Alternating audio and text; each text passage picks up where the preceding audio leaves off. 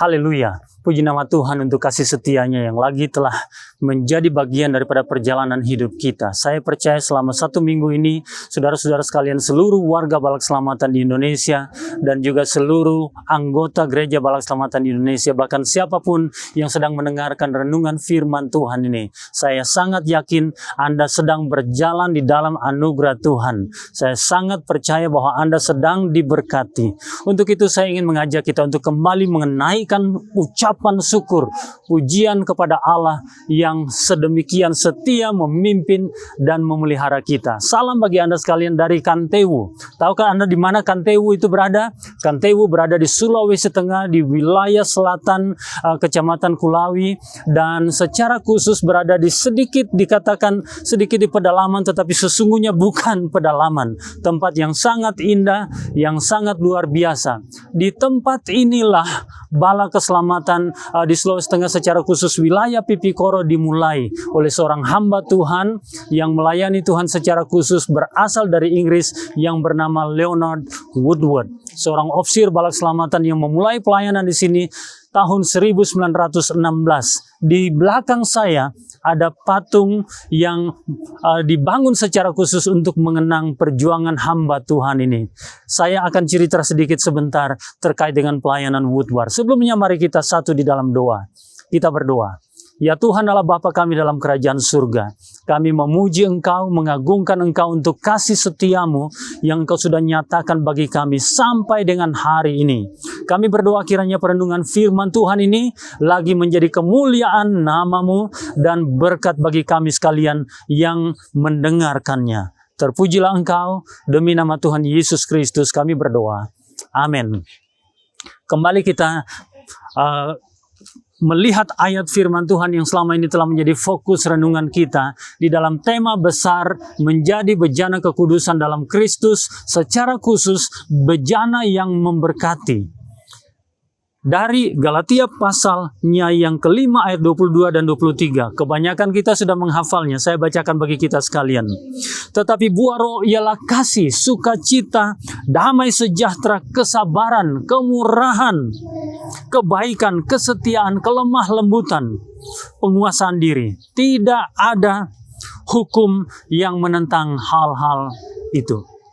Saudara sekalian, saya ingin mengulangi dan mengingatkan kepada Anda sekalian bahwa hidup yang dipimpin oleh Roh adalah hidup yang menghasilkan buah. Itu sebabnya Rasul Paulus sangat yakin bahwa hanya ketika kita dipimpin oleh Roh Kudus, maka kita bisa menghasilkan buah Roh itu.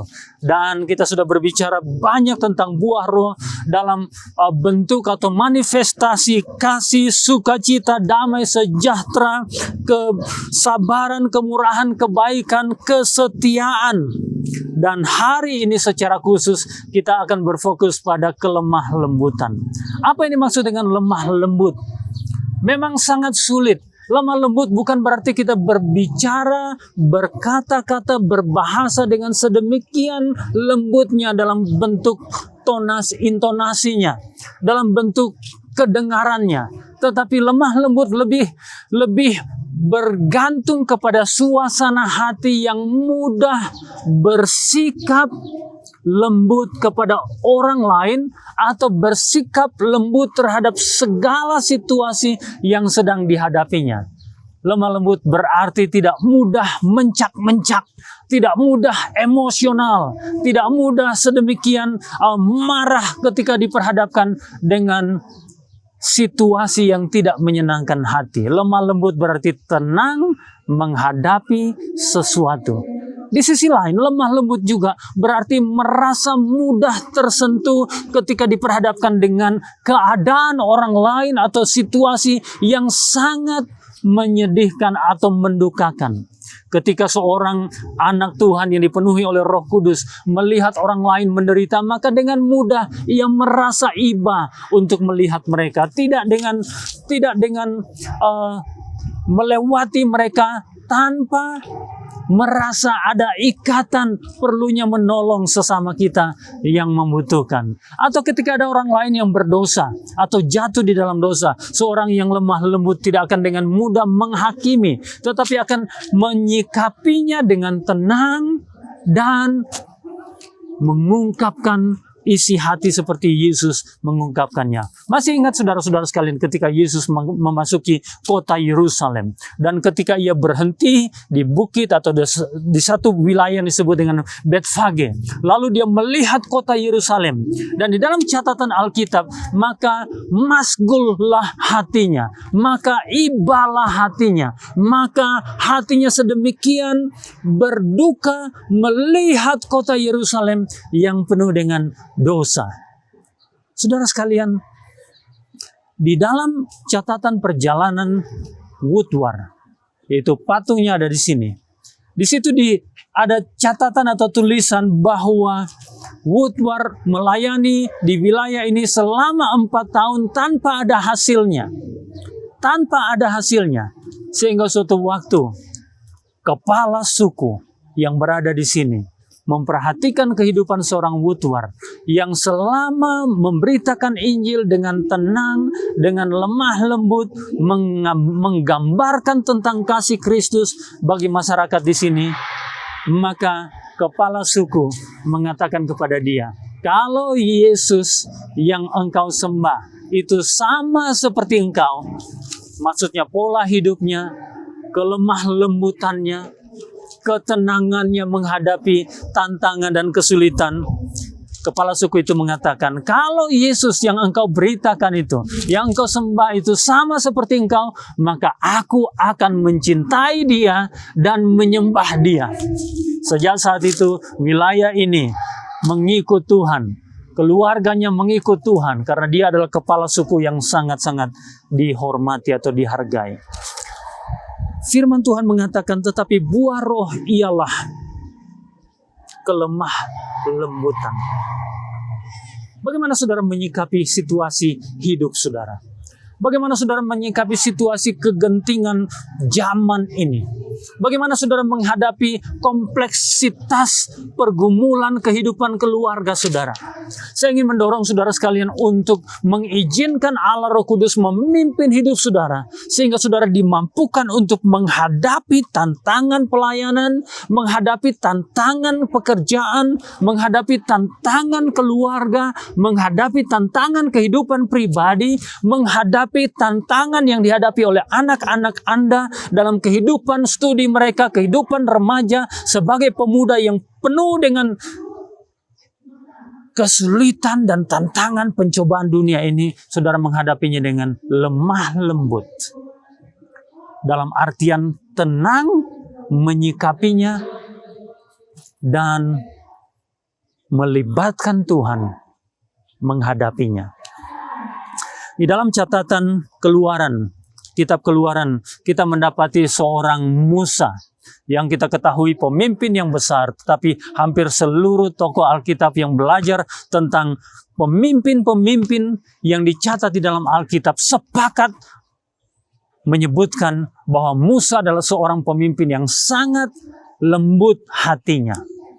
Pada waktu dia pergi ke Gunung Sinai dan menerima 10 hukum Taurat yang Tuhan berikan kepada dia dengan dituliskan pada loh batu. Saudara-saudara sekalian, dia kembali. Tetapi sebelum dia kembali, Tuhan mengatakan kepada dia, coba, bangsa yang engkau pimpin itu telah berbuat jahat. Mereka telah membuat patung dan patung lembu dan menyembahnya. Pergi lihat mereka. Dan waktu dia pergi melihat mereka, dia merasa berduka dan Allah memutuskan akan menghukum bangsa itu. Tetapi saudara-saudara sekalian, kita mendapati catatannya. Musa mengatakan demikian, itu dicatat di dalam Keluaran pasal 32 ayat 31. Dia mengatakan, bangsa ini telah berbuat dosa besar sebab mereka telah membuat Allah emas bagi mereka. Tetapi sekarang kiranya engkau mengampuni dosa mereka itu. Dan jika tidak, perhatikan, Musa membela bangsa itu. Jika tidak, hapuskanlah kiranya namaku dari dalam kitab yang telah kau tulis. Saudara bayangkan seorang pemimpin besar, seorang yang memimpin bangsa Israel dari tanah Mesir menuju ke tanah perjanjian. Dan di dalam perjalanan dia memimpin bangsa itu menuju ke tanah perjanjian. Bangsa itu memberontak di hadapan Allah. Bangsa itu melawan Tuhan secara khusus dengan menyembah kepada patung lembu emas. Dan sebagai seorang pemimpin bisa saja dia mengatakan, Tuhan kalau begini bangsa itu musnahkan saja. Tuhan kalau begini bangsa itu hancurkan saja mereka. Atau siapa yang berbuat salah, biar saja Engkau membuang mereka. Jangan bawa mereka ke tanah perjanjian. Tetapi saudara melihat bagaimana seorang Musa yang lembut hatinya. Dia bahkan mengatakan kepada Tuhan, Tuhan ampunilah mereka. Berikanlah anugerah dan kasih karunia-Mu bagi mereka. Kalau Engkau tidak mau melakukannya Tuhan, biar saja nama saya yang terhapus dari buku kehidupan atau kitab kehidupan yang di dalamnya namaku sudah tercatat. Seorang pemimpin yang lemah lembut adalah seorang pemimpin yang rela berkorban untuk mereka yang dipimpinnya. Tentu kita mengetahui Tuhan kita, Yesus Kristus. Yesaya 53 mencatat dia bagaikan anak domba yang keluh, yang dibawa ke tempat pembantaian dan menyerahkan hidupnya untuk menjadi korban bagi keselamatan umat manusia. Saya seringkali ketika merenungkan karya salib, ketika Yesus Kristus dibawa ke Bukit Golgota, hati yang lembut itu memampukan dia menjalani penghukuman itu dengan tenang, dan dengan penuh damai sejahtera. Tetapi buah roh ialah kelemah lembutan. Saya tahu ini tidak mudah. Saya tahu ini adalah sesuatu yang gampang diucapkan, tetapi tidak mudah untuk dilakukannya. Dan memang demikian adanya. Hanya ketika Allah Roh Kudus memimpin hidup kita, hanya ketika kita mengizinkan Allah Roh Kudus menguasai kehidupan kita seperti yang dikatakan oleh Rasul Paulus, maka kita dimampukan untuk menghasilkan buah kelemah lembutan. Tuhan memberkati saudara sekalian. Tuhan memampukan saudara menjadi bejana yang memberkati melalui kelemah lembutan. Kita berdoa.